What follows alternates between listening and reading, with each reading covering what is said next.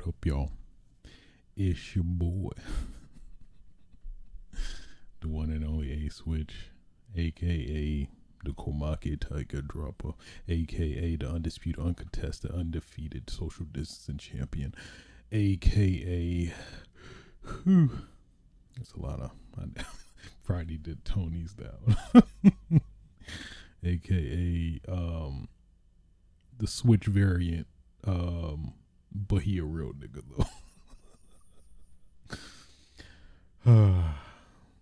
AKA the nigga lip master. Bringing you yet another episode of Switches Sights, episode 113 to be exact. Today's date is July 15th, 2021. Happy Streets of Rage 4 Nightmare DLC day. I was using every fiber in my body to contain myself from playing before recording, but I was like, you know what? Get these responsibilities out the way, and then I'm gonna indulge. You hear me? I'm gonna indulge. What else? Oh yeah, for those that may not know, Switches Sights podcast is a solo gaming podcast where I talk about just that. Yeah. Outside of that, well, if you wanted a Switch OLED model, I mean, regardless, it's gonna sell out either way. But the opportunity was passed earlier, so you know, who would want it? Considering how I don't know how very conditional it is yet again, even though it's something else, along with the Switch Lite. But that's neither here nor there. Got a couple interesting topics to talk about today. Out of nowhere today, actually, Valve announced the Steam Deck, which we'll talk about more. Also, Nickelodeon All-star Brawl. Man. But without further ado, let's stop the dilly-dallying and get right into it. Make sure I got my codes. Got my codes set.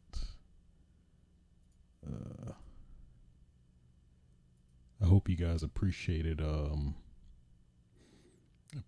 me adjusting my mic now that I managed to get it out of the camera for those that are at least watching the video version of this podcast. But so you can see this ugly face in high detail. All its finality. No, that's probably not a word, but you know what? It's a word in my vernacular, okay? Yeah. So yeah, first topic of the discussion, Valve Steam Deck. It was funny. This is probably one of the best nicknames I wasn't even aware of. People were calling it the Gabe gear. For those that may not know, the essentially the head of Valve, Gabe Newell. So I got me a Gabe gear. Hell yeah. Which is kind of funny. It does look fairly similar to a Game Gear. I mean, in the loosest of senses, but it shall now, in my internal vocabulary, be referred to as the Game Gear. But the Steam Deck, which is basically the rumored portable device, PC gaming device. Gotta, instill that portable PC gaming device by Valve that essentially is the Switch killer. Yep, I said it. No. I think it would definitely, at least off the bat, I think it will definitely for sure directly compete with the Nintendo Switch, definitely, in a lot of ways. Yeah. But just to go over some of the specs, has an APU. So for APU, basically graphics, a GPU and CPU combined to save space. Fully customized controls, 7-inch touchscreen. I think it is a 720p resolution. So for this screen real estate, I think that's definitely totally fine in terms of size. USB-C port for accessories, micro SD slot for storage expansion, and then there are 3 storage options available. I think we should check that specifically. I think there's the 64 gigabyte version, which has technically the slowest storage, eMMC internal storage. A bump up to that is 256 gigabyte storage, but this has NVMe SSD storage, so much faster in that respect. The 64 gigabyte one I forgot to mention was $399 in price, and then the 256 gigabyte one is $529. But you also get the carrying case. I guess the carrying case goes with every model, but I thought the carrying case only went with the premium one. But either way, supposedly according to their site, it goes with every model. And then the tip top Krispy Kreme freaking the Dinkelberg. Appreciate you if you understand that reference.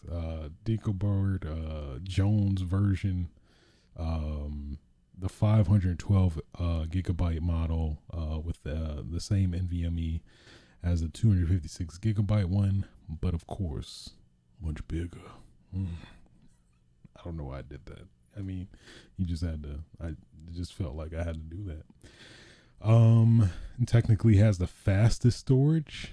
I'm not sure how it would be faster or fastest if it's essentially the same SSD. Use the NVMe as the mid-tier model, but I guess. But one thing that is exclusive to this premium version compared to other ones is anti-glare etched glass. So presumably, I guess if you're playing in the sun, hey, maybe you, maybe you playing, playing a port, playing a Game Boy Advance port of Boktai for Game Boy Advance, and you can actually emulate the sun sensor. So hey, you might be in the sun directly. I just don't like the sun. It burns. I avoid it at all costs.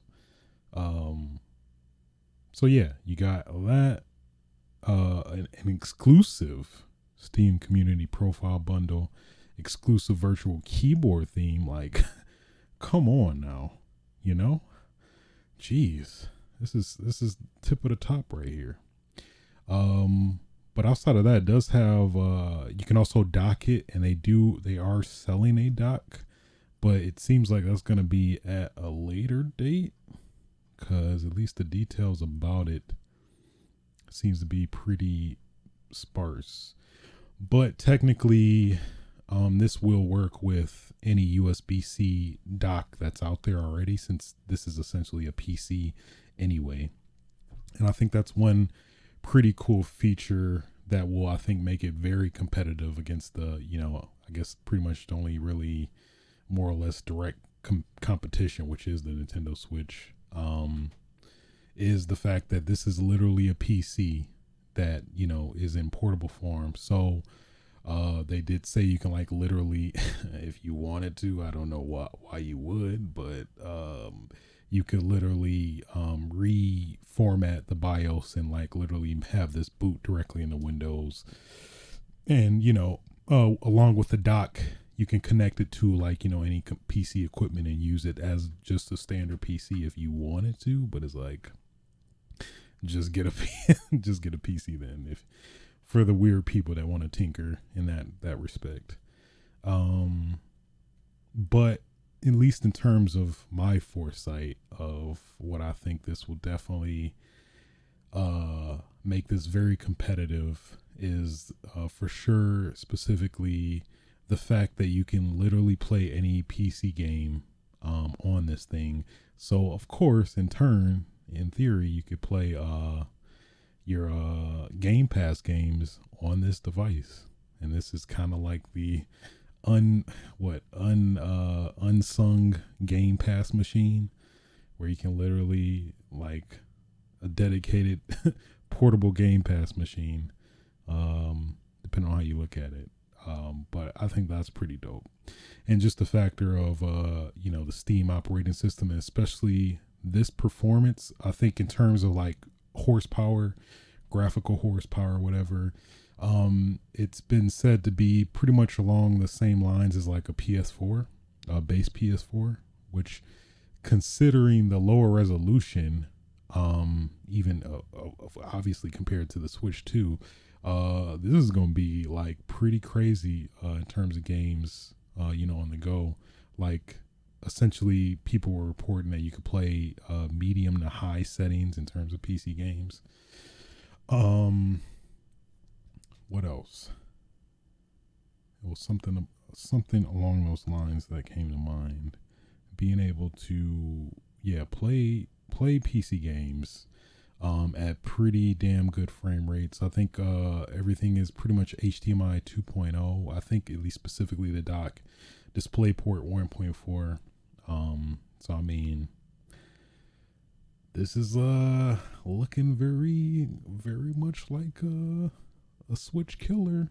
I mean, outside of the uniqueness that is Nintendo, but I mean, hey, we got our Switch Pro, guys. We got our powered Switch machine. So, but I don't know. Outside of that, I mean, it does look pretty dope. You got pretty much all the standard buttons you expect. My one concern about the design of the machine, is that the buttons are weirdly like high, like at the top corners. But like in place of where you think the buttons would be, there are like the touch pads, like, I guess, to, I'm assuming, to emulate mouse movement, which, for a lot of games could potentially be a worthwhile replacement, especially considering a lot of the, generally PC games that you in theory would be playing for this. I think this would potentially be pretty dope for first person shooters. It feels like, but at least according to some of the early previews and stuff, people are saying the form factor does feel pretty comfortable. So, I mean, I can see it. I guess it's just a matter of seeing what it would be like actually having it in your hands. You do also have the I want to call them. That's literally what I call them. You got the buttons. Basically the the back paddles on the back of the handheld system. So, giving you a little bit more functionality that way. They keep in the 3.5 millimeter headphone jack, as well as Bluetooth connectivity as well. So I mean, it seems like they literally have all the bases covered. When it comes to pretty much all the essentials nowadays for a portable console. I think they said 3 hours of battery life. If you're playing a pretty graphically intensive game, and then of course more battery life, the less, I guess, stress you put the system under. The interface for Steam is a customized one specifically for these handheld systems, and of course, obviously, your whole Steam library you'll be able to literally play pretty much your whole Steam library. So I mean, that in of itself, I think, is just as compelling. Literally being able to take your whole Steam library on the go, and then of course with the majority of the games nowadays having, if anything, at least releasing nowadays, having the Steam Cloud, where hey, go on a trip, Go to Uber, play on your Steam Deck, and then after you're done, come home, syncs the save data, and then on your desktop you can continue playing. That is very compelling, I'd say. Yeah.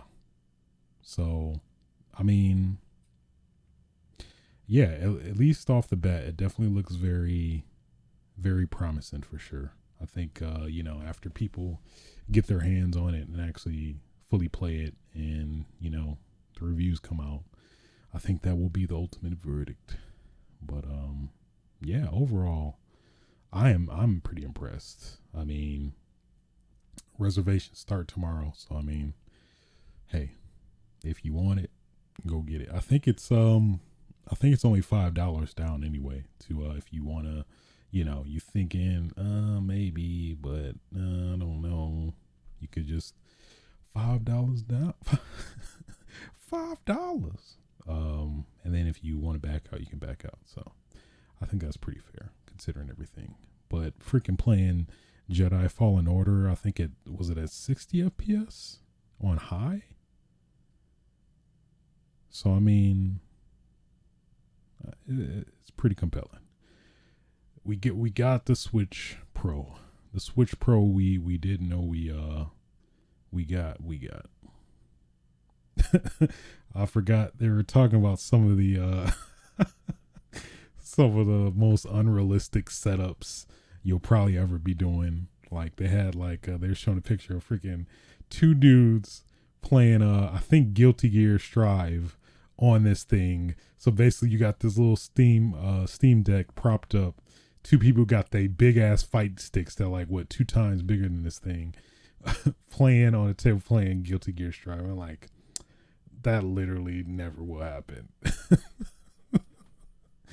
That just something feels so cumbersome about that setup. Just 2 big ass fight sticks connected to this thing, and you playing Guilty Gear Strive directly on it. I don't see that happening at all. But hey, for that one person out there that really wants to do that, man, you about to have the time of your life, man. You about to have the time of your life. The interface looks pretty dope. Looks very intuitive, being able to incorporate friends list messages. That seems pretty dope, actually. Yeah, overall, it looks, from what's presented to us, it looks very promising, for sure.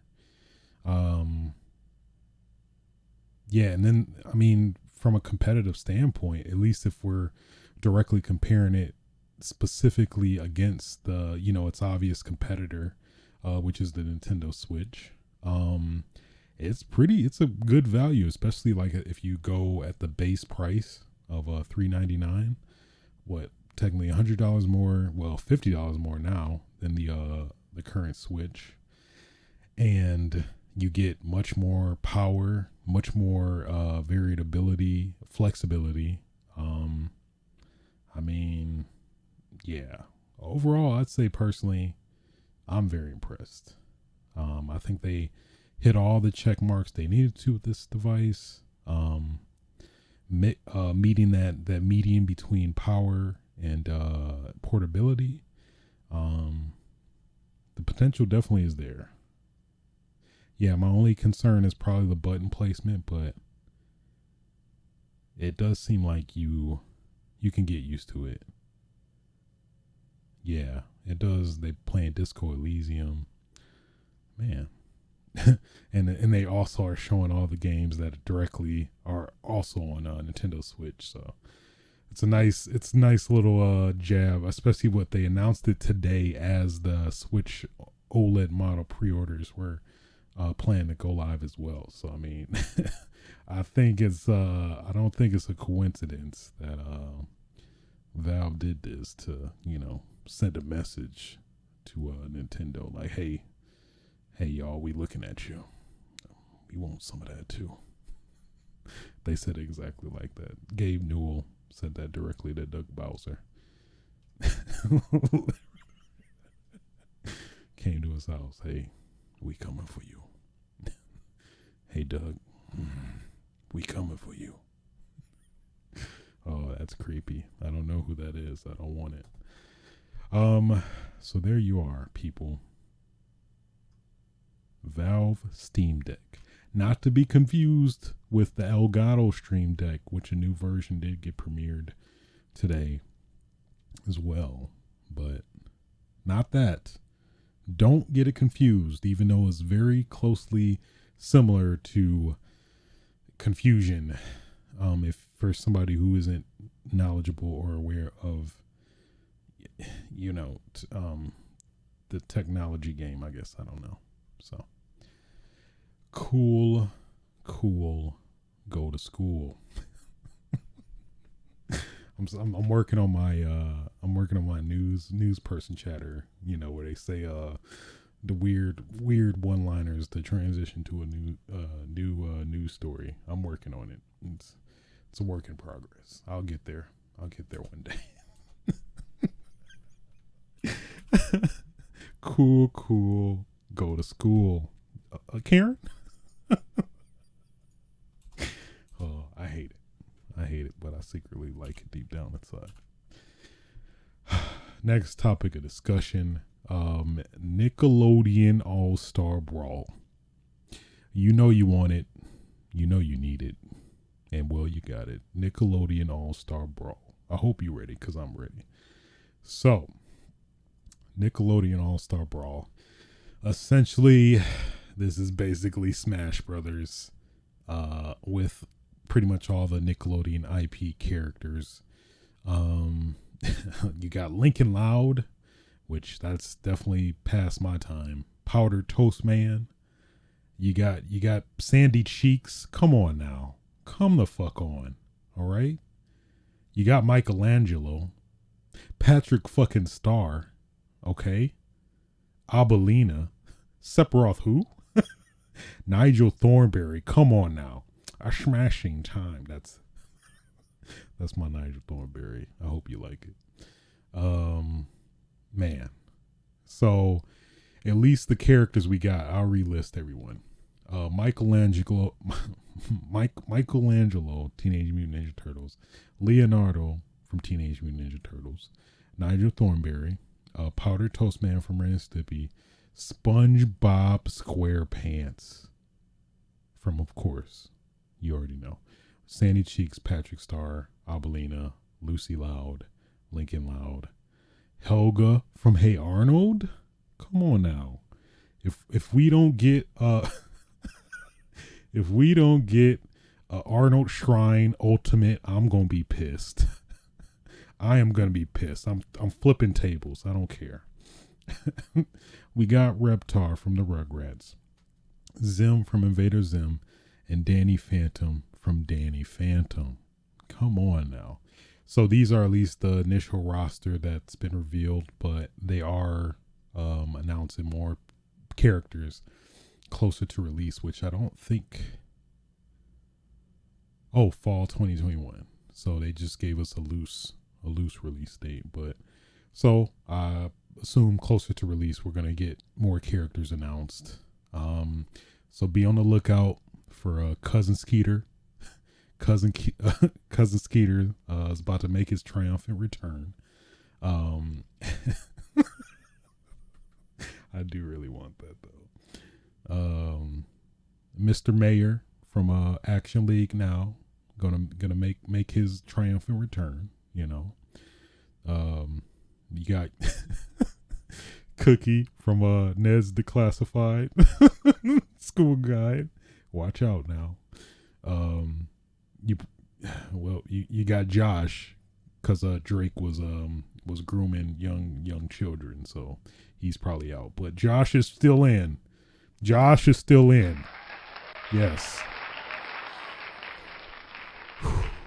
I got worried. You got the two black kids. The two black kids from My Brother and Me. That's literally what it's gonna be. Their name, two black kids from My Brother and Me. I'm sorry. I'm having a field day with this. I'm gonna keep going with it. I don't care. Um, who else? You got Pete from Pete and Pete. You know, um, look out for Clarissa from Clarissa Explains It All. You know, she gonna do her ultimate is where she does the thing where she transitions between scenes. You know, watch out. Whew, whew, watch out. That ultimate is an ender. It's an ender. Get mixed. um, I'm basically just recapping all Nickelodeon. Now we going on a branch here, but it may be possible. Of course, within the Nickelodeon umbrella, I'm pretty sure that includes Nick at Night. So with Nick at Night characters, I mean, we might get Dick Van Dyke. Oh, he'll probably do the trip where he trips over the ottoman, and then that's his ultimate. When he trips over the ottoman, everybody it's an insta kill, no matter where you are on the map. The hitbox is ridiculous. So watch out. Bewitched, the witch from Bewitched. That's literally the witch from Bewitched. Nickelodeon, if you listening, you should probably have me consult with all these characters because it's free knowledge right here. I should be charging for this, but I won't. I mean, I'm just saying. Just go on a limb with me, please. I mean, help me help you. Well, more so help you because what I'm doing right now, what this is gold. Giving you all this advice to make the best decisions towards these characters that are announced. Yeah, I mean, that's the top of the top. That's at least my desired list of characters I'd want in this game. So hopefully Nickelodeon will fulfill that promise. I mean, if I do not get fucking Cousin Keeter, that's the evil version of Cousin Skeeter. If you watch the show, you know that, obviously. Duh. If we don't get Keenan and Kale, I'm going to riot. I know that much. I'm going to riot.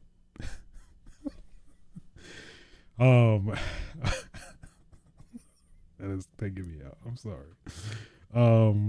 All seriousness though, at least in terms of the developers behind this game, I believe it's the same people that made, what was it called? Slap City? I think it's Slap City. Slap City, which a lot of people are ranting and raving about. I have not played it yet, but at least it definitely, a lot of people are really loving that game. So these are the same developers. So it definitely seems like it's going to be in good hands. It was another aspect.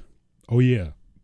Specifically when it comes to netcode, apparently depending on the platform, the game's netcode will in theory be better than Smash, specifically having rollback netcode. So that's gonna be funny as hell. Fucking Nickelodeon All-Star Brawl will have better online than Smash Ultimate. I'm definitely not expecting like a vast roster of characters in anywhere close to Smash Ultimate, but you know what? Hey, as long as I got Cousin Skeeter and Keenan and Kale, that's all I need. That's all I need. Don't ask me for nothing else. I would play Squidward though. I'm not gonna lie. I play with some Squidward. SpongeBob, that's all you gonna get. So yeah, hey, I mean, as a kid that grew up to Nickelodeon, specifically the cartoon shows, this is pretty dope. And especially the characters they got are super old, in terms of old IPs that, aren't airing currently. Like freaking Our Real Monsters. I believe it from Our Real Monsters. Like, damn. Come on now. How niche can you get with that? Yeah. Cat Dog, might get that Cat Dog DLC. Might get Rocco's Modern Life DLC. Let me stop. Let me stop. Let me stop. I'm having too much fun with this. Yeah. So hey, if you didn't like Smash and you like Nickelodeon characters, this might be up your alley. I think weirdly enough, it isn't gonna be on Nintendo Switch, which is, oh no, they did say it is Nintendo Switch. I thought for some reason they may not want it on Nintendo Switch, of course, being like an obvious competitor to Smash. That would be crazy. Literally everybody's playing Nickelodeon All-Star Brawl over Smash on their own platform. That'd be pretty crazy. But I mean, hey, if your online is horrible, I mean, anything's possible,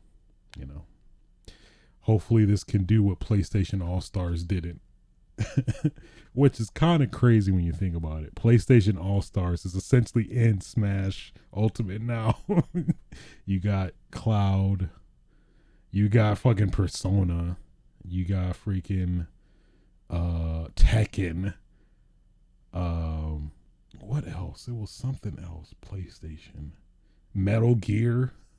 That is funny. Smash Ultimate absorbed the PlayStation All-Stars. So we'll see who's the best Stars Fighter game out there. Time will tell.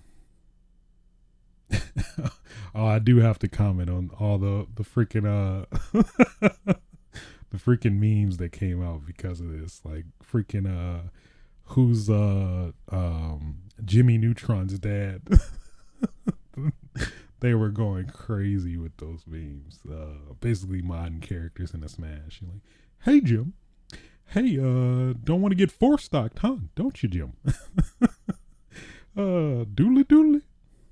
That's more Dinkle, Ned Flanders, but I don't know how the IP works. Maybe he can be in here too. Who knows? Who knows? Hey there, Jim. Don't get four stocked. That's. I'd have to get a audio, cue of his mannerisms to get him down, but I'm working on it. I'm working on it. Okay. Moving on. Oh man. That is just taking me out. Those memes were taking me out, man. Moving on. Lost Judgment. We can't have anything nice, apparently. First Lost Judgment. Yakuza wants to just abandon the reason I got into Yakuza altogether. And then I had to find, solace in Judgment, the Judgment series, to fill that gaping hole that was left from the deception that Yakuza left my heart. And what do you know? Supposedly, according to, I guess it's technically a rumor at this point, but basically, according to an article from Japanese Showbiz News called Nikkan Taishu, in which the site did an interview with someone familiar with the situation. Sega wanted to publish Lost Judgment on PC and Steam to further extend the series' audience, but the protagonist actor Takuya Kimuro's talent agency refrained them from doing so due to their very strict portraiture right policy. So I guess apparently it's very limited pictures of their talent, even on their website. That is pretty damn strict. Sega thinks this doesn't look reasonable in terms of business and decides to end the series with the second entry. So, yeah. I mean, at least knowing Japanese culture, I can't even confidently say that, to be honest, but knowing how essentially they are very. I know, like, in Japanese culture, it's kind of weird to, I think, depending on the context, taking pictures where, people, when taking pictures, they feel like they're taking their soul. That may be more so the mythical side of things, of course, but at least to kind of get a concept of how, I don't know, very strict they are about, their stuff they own technically. I mean, not to make it like that, but it kind of is like that. Yeah, this seems like it is possible. But I mean, modders gonna mod either way. So I mean, that's really nothing you could do about that. But it's gonna be stupid that if this game ends because of that. It's just very dumb. But another one gone. Where will I get my beat 'em up fulfillment where I can beat up people and do sub stories and get fulfillment of enriching people's lives, and making the fictional world of Kamurocho a better place? Where am I? I guess you technically get part of that from Yakuza still. I mean, I'm just really, I want to beat people up though. You could technically do that in Yakuza though, still with the turn based. It's just turn based. It's not as responsive. I need it to be more responsive. I wanna press a button and hit somebody and feel it, But I digress. Yeah. So yet another series potentially gone. So hopefully they replace it with something. I mean, it would be cool if they hopefully work this out. Because I mean, I definitely love the First Judgment, and I guess we'll have to wait and see until September to see if Lost Judgment will improve upon the first one in every way possible. Hopefully way less tailing people missions, because man, that shit was like tedious and drawn out as hell. But outside of that, wonderful game. Hopefully, I feel it though. You could walk a dog, walking a damn dog. I mean, come on, it don't get any homier than that, It don't get any it don't get any game of the year than that. You can walk a dog, game of the year. Game of the year. I don't care. I don't care about anything else. Game of the year. Game of the year. Make it game of the year. I'm sorry. Well, I definitely hope it things work out. I really do. I really, really do. Moving on.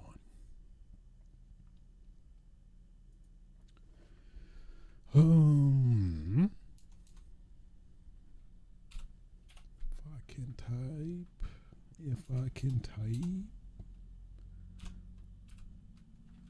So, in other keeping that depressing news train going.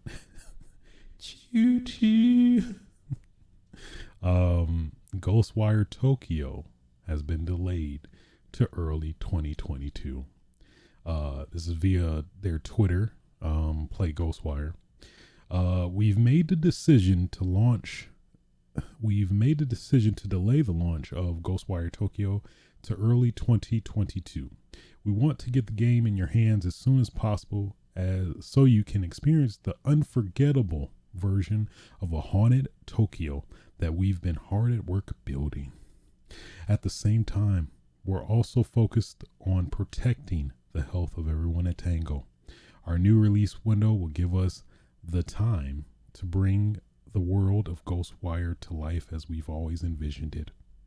Thank you for being patient as we work to bring you an experience unlike anything else we've ever made. We can't wait to show you more in the coming months. Understandable. It was a little concerning, considering like especially we didn't hear about the game at E3 during like Xbox at the Xbox Bethesda game showcase. So now we know why. We finally got that delay. We finally got that delay. I mean, I'm always in the boat. Take your time, Pat. Take your time. Hey, what was that damn quote that I think it was Shigeru Miyamoto said, or I think it was a memed quote, like a delayed game can be good. I'm very curious now. I must know. Let's let's see if my Google Fu is strong. Shigeru Miyamoto game delay quote. Wow, the Google Fu is strong in me. It really is. Oh, it's so strong. A delayed game is eventually good, but a rush game is forever bad. I think that is like a memed quote, or is it? I think actually I guess he supposedly did say that. I always thought it was meme because it felt very just memey. I don't know how to describe it, but it felt like something, I don't know, Miyamoto wouldn't transparently say. I don't know, but maybe he said it in confidence with somebody, and somebody abused that trust and just released it to the masses. I'm like, oh, I can't trust again. And then this whole punish subplot of deception. I want to play that game. Shigeru Miyamoto Deception. I gotta do it. Shigeru Miyamoto Deception. Coming in theaters 2025. I don't know why I got Southern at the end, but you know what? It's fine. They'd add a little more, add some more rawness to it, you know. A little more, make it raw. Okay. Oh, man. How we went from Ghostwire Tokyo to Shigeru Miyamoto being deceived. This took a turn. This took a turn. Moving on, and keeping that depression delay train going. Choo choo. RE-verse. I know. I'm hurt too. RE-verse has been delayed to 2022. This one hurt. Ghostwire Tokyo, I'm like, but RE-verse, that crushed my soul, man. It really did. I am being very sarcastic. The game nobody asked for is being delayed to 2022. I think it was delayed before. It was delayed to around a little bit after Village came out, but then now they delayed it to 2022. Keep this between you and me, Capcom, but just delay it infinitely. Don't release it. We don't want it. What we do want, and I know because I speak on behalf of the Resident Evil fan community, every single person, I will die on this hill. We need Resident Evil Outbreak to come back in some way, shape, or form. Not that bullshit, damn booty ass excuse of something to try to be like Outbreak, but not at all, and just a shameful abomination of any type of replication of the gold that was Resident Evil Outbreak. Resistance. That shit was horrible. I wasn't a fan. There was some fans of it. It was not me. It was just, it felt like it was just teasing Outbreak fans and then just busting balls with it. Just busting our balls. I didn't appreciate that personally. So now that we have the opportunity, Capcom, I know you listening. I know you listen to me all the time. Clearly, we got Dino Crisis that's out right now, so you clearly are listening to me right now. So I will say, you should release Resident Evil Outbreak. Hell, just do a port. You could do a port to start off, a remaster, or you can continue the series. Give us File 3 that we have not received yet.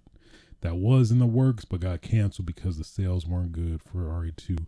But because at that time, people didn't have internet like that. Resident Evil was, I don't know, it that time it was definitely popular, but it wasn't necessarily as popular as like it is now and caught on as much as it is now. I mean, so I do think if you re-release the reported Resident Evil Outbreak now, it will definitely sell, and would be yet again. I mean, it technically hasn't been dethroned as the best multiplayer RE game out there. So this is some valuable knowledge, Capcom. I shouldn't be doing this for free, but because I love the series so much, that is why. Listen, heed my damn words, Capcom. I beg of you. as they release REverse, and it would be really fucked up and annoying. They release REverse, in 2022, whatever. Or let it be at E3 where everybody's hype is uncontainable. Let it be at E3, and they give you DLC packs for all the Resident Evil Outbreak characters. You could play as Mark Wilkins, David King, Kevin Ryman, Alyssa Ashcroft, and no inclination. You just, in RE versus like horrible deathmatch style, you're playing these characters that you want to play in Outbreak, but no, you could play them again, but in RE verse, right? That's what you wanted, right? Huh? That's what you wanted. So I am tired of being on this hill, fighting for my life, trying to praise and promote Resident Evil Outbreak, but I'm gonna still be on this hill. If it's my last breath, I'm gonna keep fighting. I'm gonna keep fighting on this damn hill. I swear to God. So, a game nobody cares about is delayed. But I guess I really only use that as an excuse to talk about Outbreak. I'm going to keep pushing that Outbreak agenda. I don't care. The world needs out. Sound like a president. Let me get my president hand. The world needs Outbreak. I mean, not the pandemic Outbreak. Resident Evil Outbreak. Okay, the people who don't know what Resident Evil is, this may sound weird. The world needs more Outbreak. Let me stop. With that so unfortunate news, boo-hoo. That concludes the news for this week. Just horrible, man. Just horrible all around. I hate everything.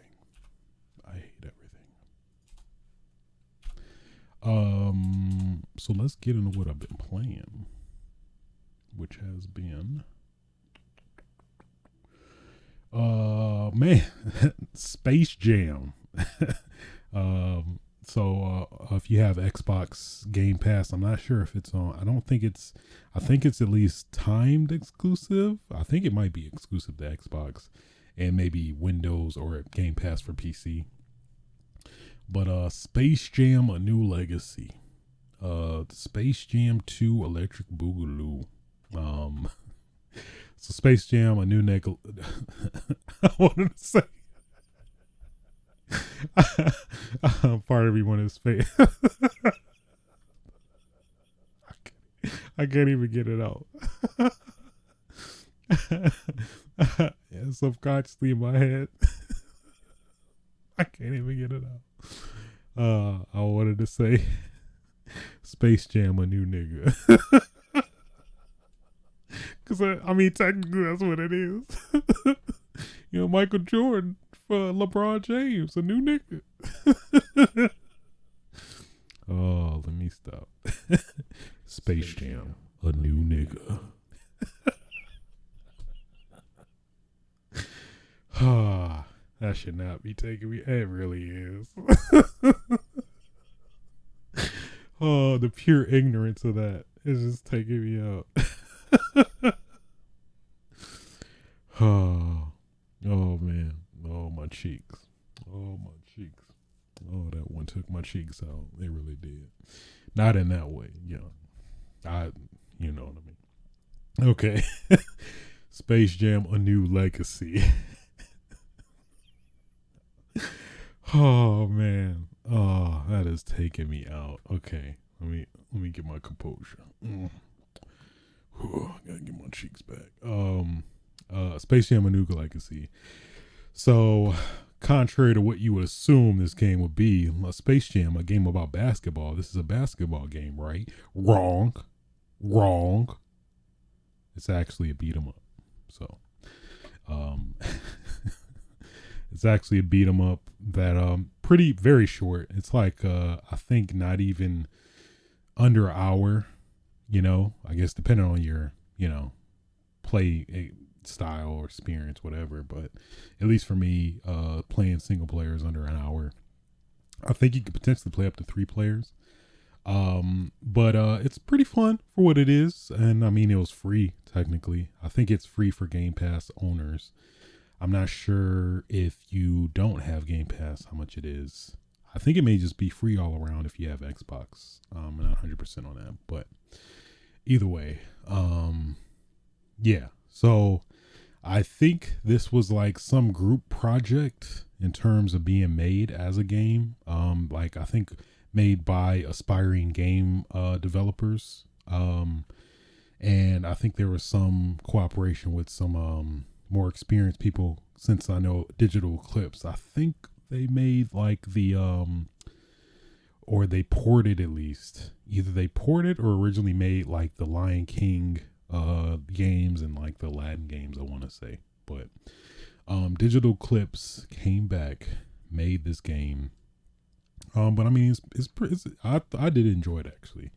It has some interesting mechanics where like in terms of you're always, or you technically can always be holding a basketball. But the basketball kind of acts like an active, how would I describe it? An active object where basically kind of like Streets of Rage and Scott Pilgrim, where the game has like some underlying physics where like when you throw an object, it literally has like physics, quote unquote physics to it, where if you like throw it at an enemy, it'll bounce off them, and then you can like in theory repeatedly like knock an object into a person and it hits the person, kind of thing. So you do kind of get that with Space Jam, and I think there's actually achievements tied to it, where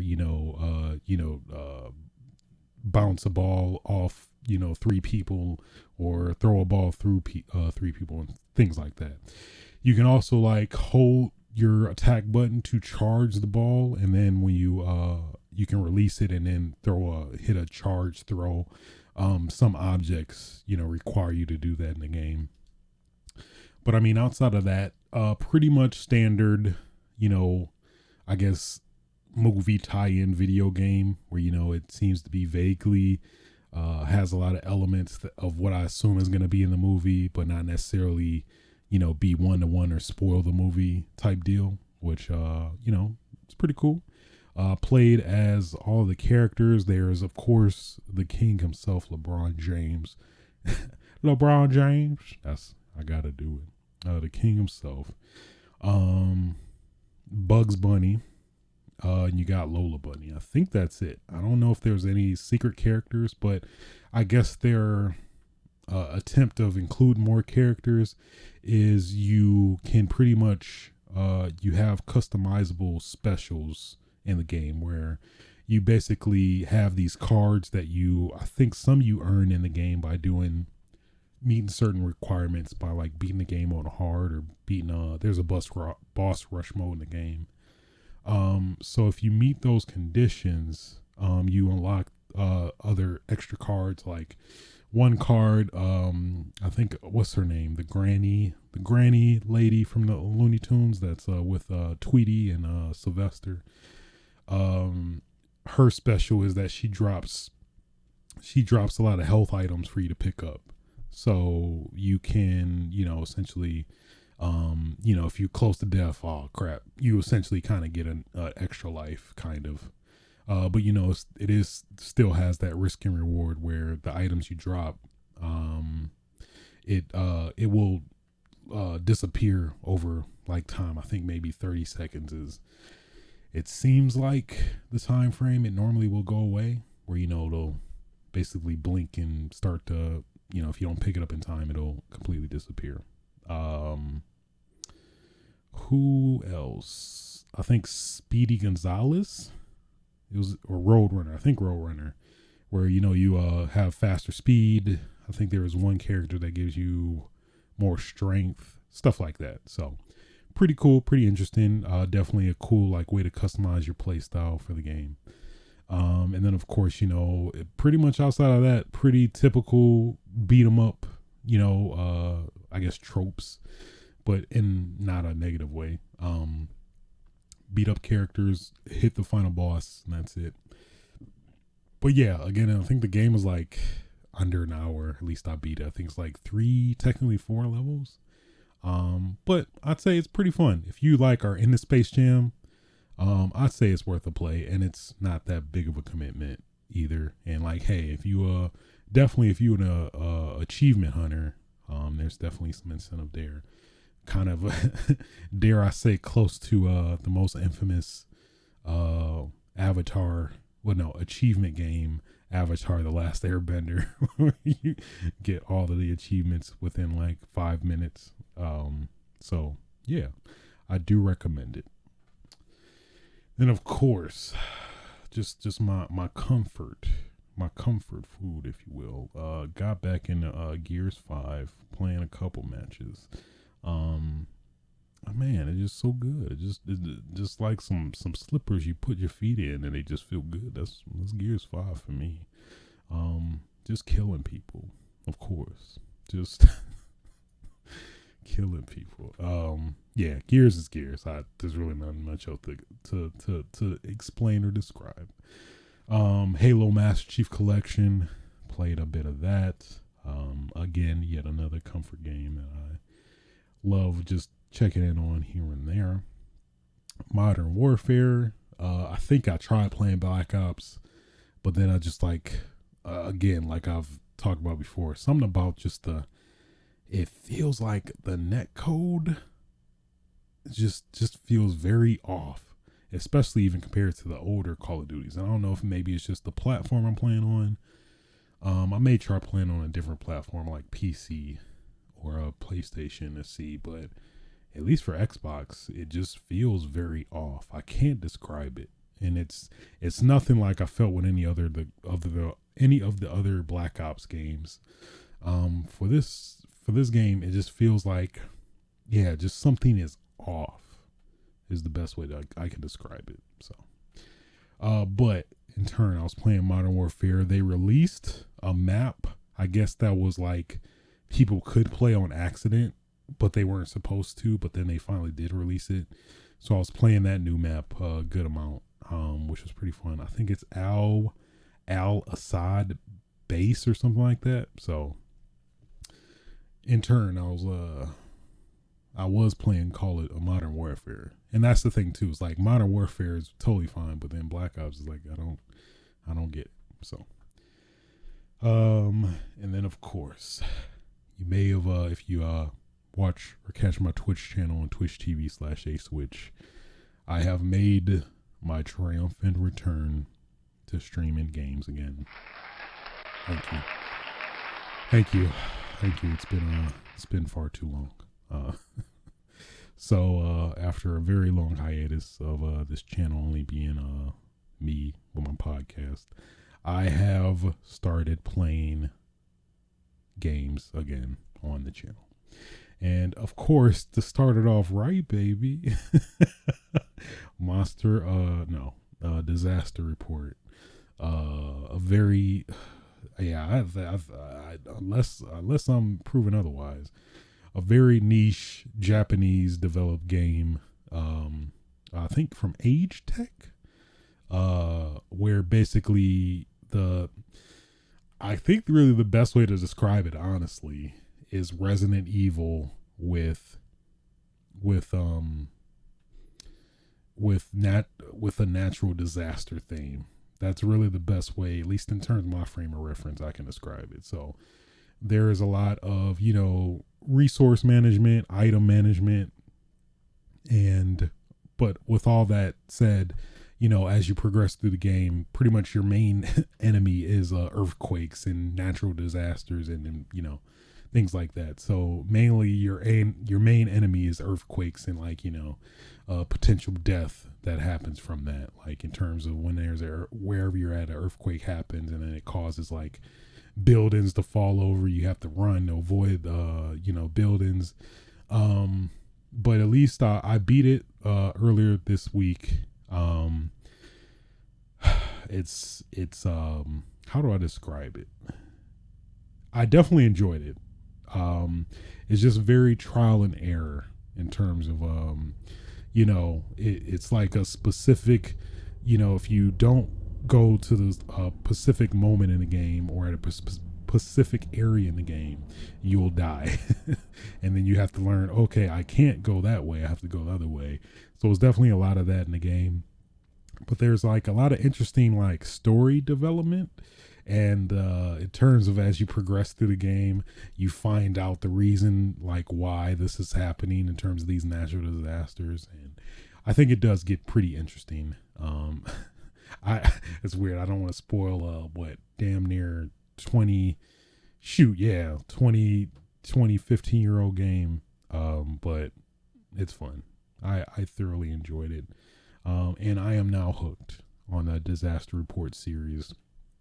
From what I researched, Disaster Report 1 came out on PS2, but they, as they do with a lot of Japanese developed games, when they bring it to the West, I guess maybe incite more appeal, or I don't know, maybe encourage people who didn't like the first one to give another shot. They released the second game in the series as another name out here called Raw Danger, where it's basically Disaster Report 2. And I think there's the third one came out on PSP, but only exclusively to Japan.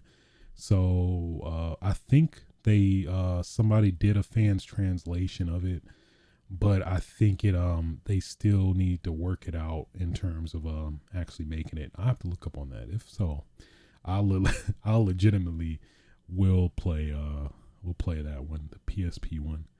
I have the tools. We have the tools.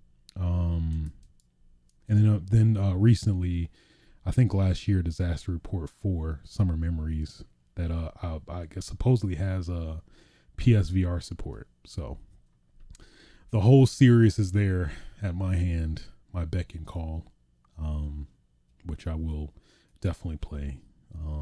I just love me some niche as Japanese developed games, man. Way of the Samurai. If you haven't heard of it or played it, wonderful game. I think 1 and 2 on PS2, 3 came out on 360, PS3, and PC recently, I think. And 4 came out exclusively console-wise on PS3 and I think a couple years ago on PC. So 3 was very good too. So I do recommend that if you're into that kind of thing, I guess. Yeah. I forgot, what is it called? What is the just to embarrass myself even more in terms of pronouncing Japanese names. But disaster report. What is it called? Zetsume Toshi. I guess that translates to Desperate City. I gotta do it. Desperate City. Ooh, I like that. And in the UK or PAL region, it's called SOS The Final Escape. That's pretty good. SOS The Final Escape. You know, in the old school games, they it's like, why are you pausing? Why are you pausing between the final and escape? You know? Interesting. Yeah, Age Tech. Oh, Age Tech localized it.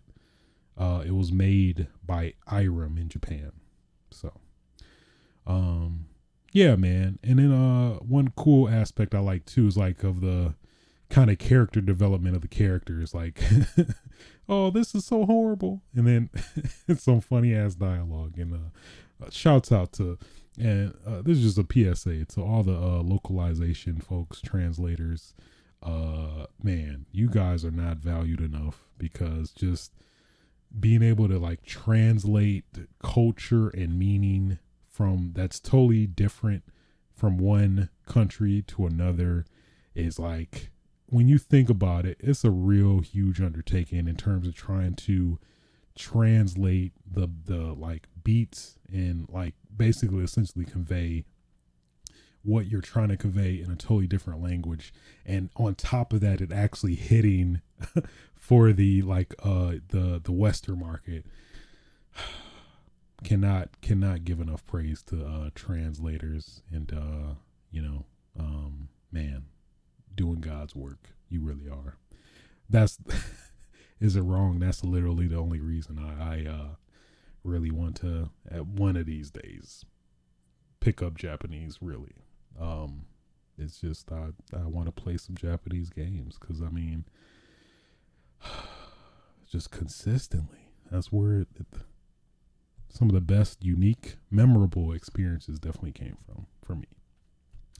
But I digress. Also, keep a lookout if you missed it on Twitch, or it will also be uploaded to my YouTube channel. I think I uploaded the first part of me playing yesterday. So there you go. Then after that, Monster Hunter Rise. I got back into playing a bit of it, mainly to tie off the end game stuff. Well, quote unquote end game, because they, in terms of how the DLC is, they like suspended the technically end of the game towards the DLC, which they released, and that's pretty much what I played in my goal, and essentially did it. It was cool. I mean, it always I reflect back on Monster Hunter, and it's like most of the games aren't necessarily like the story is the story. This is where it's at. Oh man, I love Monster Hunter for the story. No, it's normally just the that loop, the good loop of fight a monster, whoop his ass, carve its skin, and the role will play again. Essentially, I mean, it's a good loop though. It's a good loop. Good loop that kept me for 112 something hours in counting. So I did complete it just in time for Streets of Rage 4 Nightmare DLC, which I have not played yet. I've been refraining to record this podcast and get it out because I know otherwise I would not. And that's pretty much it for what I've been playing. So let's get into what I've been watching, which has been um of course Loki. We finally got the season finale. And whew, man, pretty damn good. Pretty damn good. Just a preface, I think now that the whole season is out, I'm gonna spoil Loki, at least the last episode. So if you're sensitive to the spoilers, plan on watching Loki, blah blah blah. This is your warning. So Loki last episode. We finally our suspicions were pretty much right in terms of it being of course, well, I guess depending, technically it's not, but technically it is, if that makes sense. But Kang the Conqueror essentially was actually the I keep forgetting antagonist. I think antagonist of this show, which is surprising because, you know, at least especially as far as WandaVision was concerned, we didn't necessarily get like a lead up like what we got in Loki in terms of like, oh man, well technically with Wanda, I won't get into that, but if you saw, you know what I mean. But yeah, we got freaking Jonathan Majors, I think his name is. Big nose people represent. Hey, he's we I'm the president of the big nose delegation, and Jonathan approved of everything he's done, and you know, surely enough, he showed out. Man, I definitely loved his portrayal, his take on Kang the Conqueror, at least translating into the big screen. You definitely got a very light vibe, a light playful vibe, but like with a sense of what's the word? A sense of just evilness. A sense of man, how would I describe it? A sense of like uneasiness, that like he's kind of crazy, which I did like. I think it was a nice take on a new presumably huge villain that's going to be a huge like role in the MCU, coming in like a lot of IPs and stuff. It's funny seeing all the memes of freaking what Wanda Doctor Strange is about to be tied. And then yeah, people like, man, how is Ant-Man gonna even compete with this guy? So that's gonna be interesting. So but yeah, man, Jonathan Majors, he knew the assignment and he nailed it. Loved his portrayal of well, at least in this, the man the man who knows, which is not it. Damn it. It is drawing a blank. He who knows nothing. I am drawing a blank totally. You know what I mean though. Yeah. And then of course, you know, towards the end, so basically he threatens, you know, the two Lokis with like, hey, we're this is either gonna end.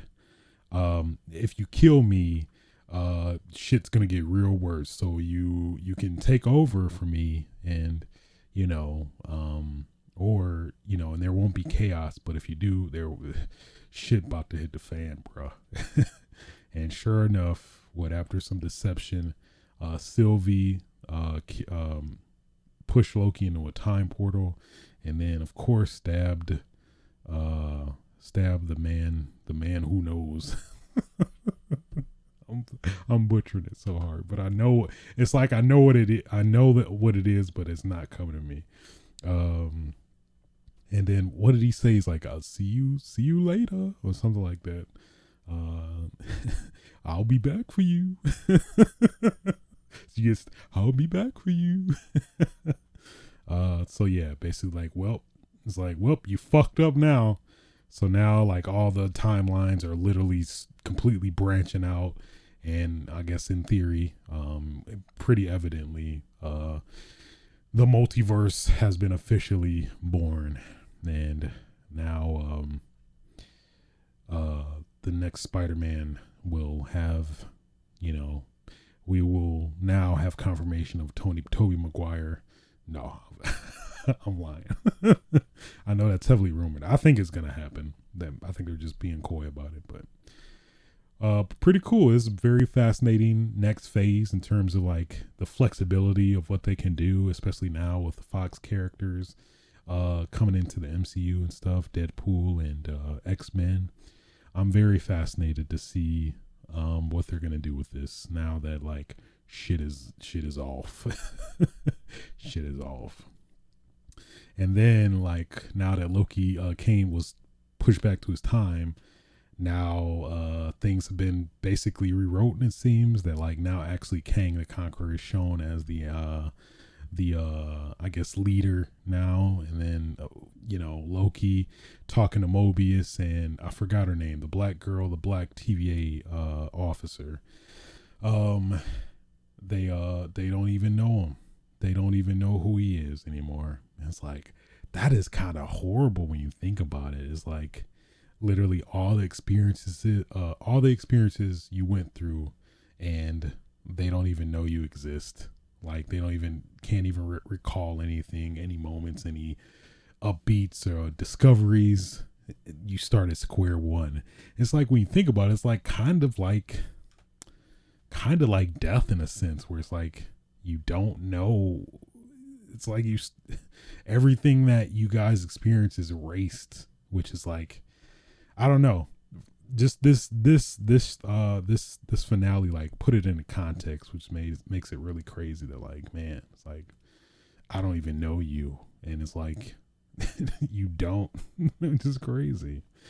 It's like I could feel for Loki. It's like, he like did all this progression to get to this point, and then basically start right at square one after working hard for everything. It's kind of crazy. But hey, he can repair all that in Loki season 2. So they did confirm it for sure, even though I think it was technically confirmed, but I guess they wanted to instill like, hey, there's gonna be a season 2 towards the end of this finale. So all in all, very much enjoyed it. Marvel's not missing, man. I mean, if anything, like technically the weakest. Just even saying that is not even doing it justice. But Falcon and Winter Soldier, which I thoroughly enjoyed as well. Marvel's not missing. I mean, they kind of miss with Black Widow, but I mean, if we talk about the TV Marvel stuff so far, they not missing.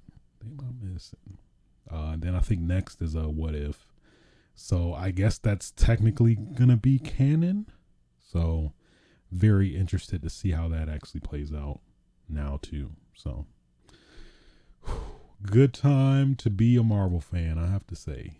It's at least as somebody who's not been really into the comics, but definitely like caught on with the MCU stuff. I'm very, very excited. I'm very excited. This is my newly discovered weak spot. Anything Marvel and superhero related, I just seem to gravitate to in some way, shape, or form. So, yeah. Then after that, I did see Resident Evil Infinite Darkness. Something about that name just feels off. Just it feels very dare I say pretentious, kind of. I don't know. It's just Infinite Darkness. It's like that's kind of redundant. I mean, darkness is darkness. Why does it gotta be infinite? That sounds like a weed conversation. You high, like, I mean, it's darkness, but why is it got to be infinite? I thought darkness technically is infinite. There isn't, you can't quantify darkness, but darkness is darkness, right? But yeah, man, where do I start, man? Coming as a fan of Resident Evil, pretty big fan. Was not a fan of this Resident Evil Darkness. Mind you, I've watched the pretty much all the CGI Resident Evil, and begrudgingly the live action Resident Evil, a good amount of those. But at least from a CGI standpoint, in terms of CGI movies, this was definitely for sure the weakest of the Resident Evil CGI movies for sure. First off, it had this weird format of basically, technically it's 4 episodes, but like the 4 episodes were like 20 minutes. So it's like, why didn't you just release it as a movie? Since that's generally, around the same time frame as a movie. And it didn't really feel like the context of the episodic nature necessarily added anything to the movie at all. If anything, I think personally it detracted from it. But, so you have that. And then the plot was very predictable. Very predictable and like just unmotivated, I'd say. Unmotivated. That's probably it just, I can't even describe. It just was like not engaging at all. And, you get the zombies and, you get some of the BOWs a little bit, but outside of that, it just was very just, I don't know, just shallow, if anything.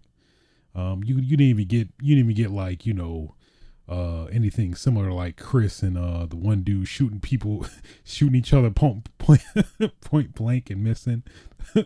I mean, hell, I even take something like that will at least make make the show at least somewhat digestible, but not even that. You get this whole story about the characters in terms of they were being experimented on, and then they have to take this serum to not turn, essentially. It just was not good. I was not a fan. I think Claire didn't even shoot a gun. She just had a gun with her and didn't do nothing. Leon was essentially just the only character that was doing stuff. Claire was like just, a typical damsel in distress. And it's like, I mean, come on. Claire is way more powerful and capable than that. So, just a lot of missed opportunities. And I just really don't get the episodic nature of it. And I know eventually it's going to come into a movie form. It's like, why would you do this? So I guess apparently there's going to be a second season. So maybe, I guess that may be the reasoning. But sure, I guess. I'd say, why don't you just release the first thing as a movie, and then just release the second part as episodes or whatever. I guess maybe they want to keep consistency or something like that. I don't know. But yeah, so swing and a very, very hard miss for Resident Evil Infinite Darkness. As a Resident Evil fan, I was very let down. I was very disappointed. Wasn't really much payoff, to be honest. But yeah. Outside of that pretty much is what I've been watching. And that will conclude episode 113 of Switch's Sights. Yeah. Thanks for watching and or listening. I greatly appreciate it. If you want to like, rate, and subscribe on your favorite podcasting platforms, feel free to do so. You can catch me live on Twitch TV/aswitch on Thursday evenings. You can also catch archives of this podcast in video form on youtube.com/aswitch, as well as games I'm starting to stream again, and also archives of movies I've been missing out on too. But until next time, y'all, I got some Streets of Rage 4 DLC to play. yeah, otherwise, get your game on. Oh yeah.